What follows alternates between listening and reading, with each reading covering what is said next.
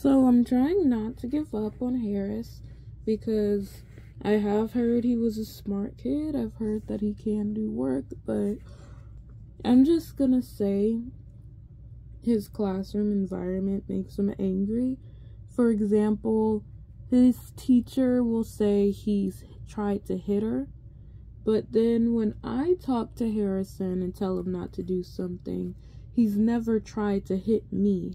So I'm just thinking maybe it's just the class environment, because his teacher has flipped over students' desks and she does yell at her students way too much and show she has like anger problems. She'll tell the students, if you're done with your work at the beginning of like the school week,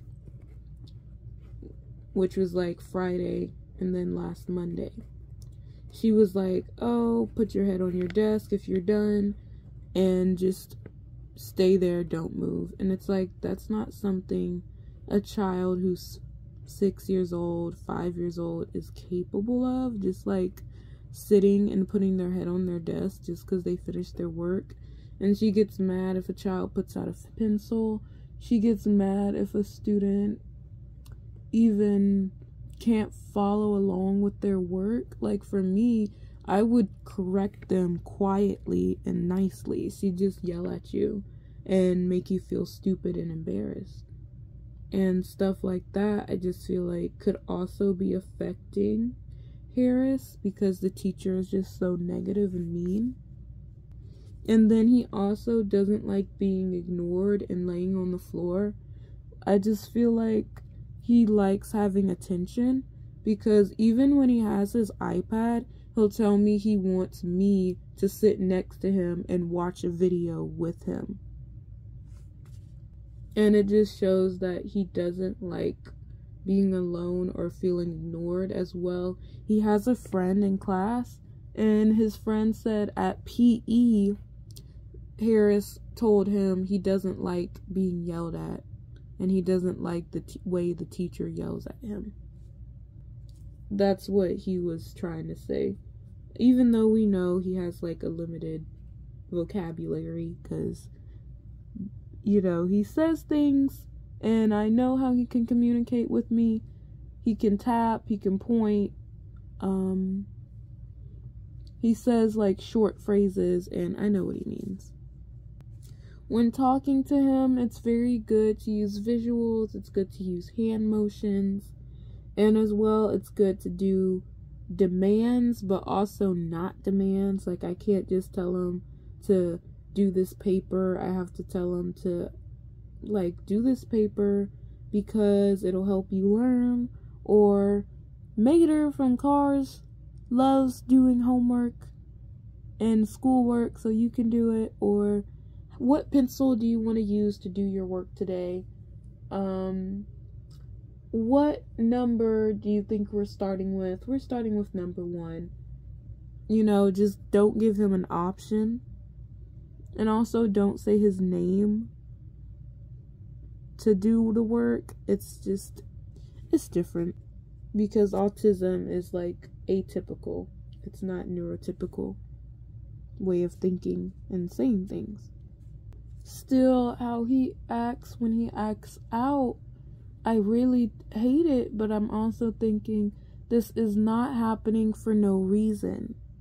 And this isn't the type of thing that I can just call his parents and tell him to beat his butt with a belt, and then he comes to school sore and then he's going to be ready to work.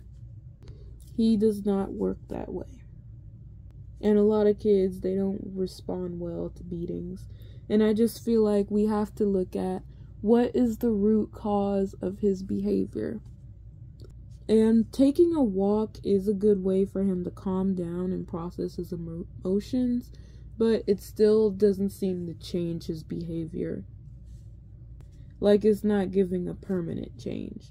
So again, we can look at the classwork, and again, if he continues on not being able to work, then we may have to have him removed from class. But I also think his teacher should be removed from class, because today she talked to a student who knows how to rock in a chair when he's upset, very badly. Firstly, she yelled at him for having lunch on his desk, and then she yelled at him because he just does this thing where he experiments with his water cup by putting a straw in it. And instead of saying like, hey, I'm gonna take away this straw from you so you don't get your straw trapped in your water cup. Hey, you know what happened last time? Your straw was stuck in your water cup and then we needed tweezers just so you can get it out and drink your water. She yelled at him, and then he just started rocking because he was trying to put his straw inside of his sippy cup, and that would make it so he can't drink water. And then he just like started rocking and then drinking his water and holding his bottle close to him and rocking. I also saw him put his head on his desk, and it just seemed like all he could do was just cry with his head down. And that was because she yelled at him. And then she's like, okay, well, we're on to reading and you're not following along with us. We're reading now. And he just could not move and respond because she yelled at him. And she's like, no one's going to clean up your breakfast for you. You have trash on your desk. Pick it up. Pick up what's on the floor. Oh, what is this? Why is this hair clip here? Because it was this tiny green butterfly clip. And it was like broken into two, but it was on under his chair, and then maybe on his desk too, and it wasn't being cleaned up. And so he was just like pretty out of it in class, but he always is, because she just yells at him, and it's just the same cycle. She yells at him, he freezes, he starts rocking, and it's like, I ask him, how do you feel? And he just says he feels really sad. He says he's sad. I was surprised in the morning the class was taking a reading test. And I'm also surprised that he still comes to class with a smile on his face.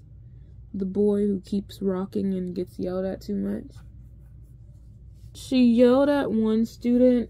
It was a boy because he has his cousin in his class and they play with each other rough. You know, like, oh, I'm gonna put you in a headlock or stuff like that, and they make jokes. But to me, it's just like kids play rough. And yes, I can tell them don't do it in class, but I wouldn't like scream and shout at them like they're doing something bad and they're trying to really hurt each other, because they're not like fighting. There's a difference between play fighting and like beating each other up. And kids like to punch things. That doesn't mean they're like hurting each other. And she was really upset with this kid. And she also put him on silent lunch. And while on silent lunch, she got a cake. Because a lot of adults got cake. The lunch lady made her own cake for people. And then she eats her cake. And she puts it on his table. And then he throws her trash away. And I'm like, why would you eat a cake and then give a child your trash? Because the child didn't get any cake, and like, you make them walk everything in the trash can, even your own trash. Like, that didn't make sense.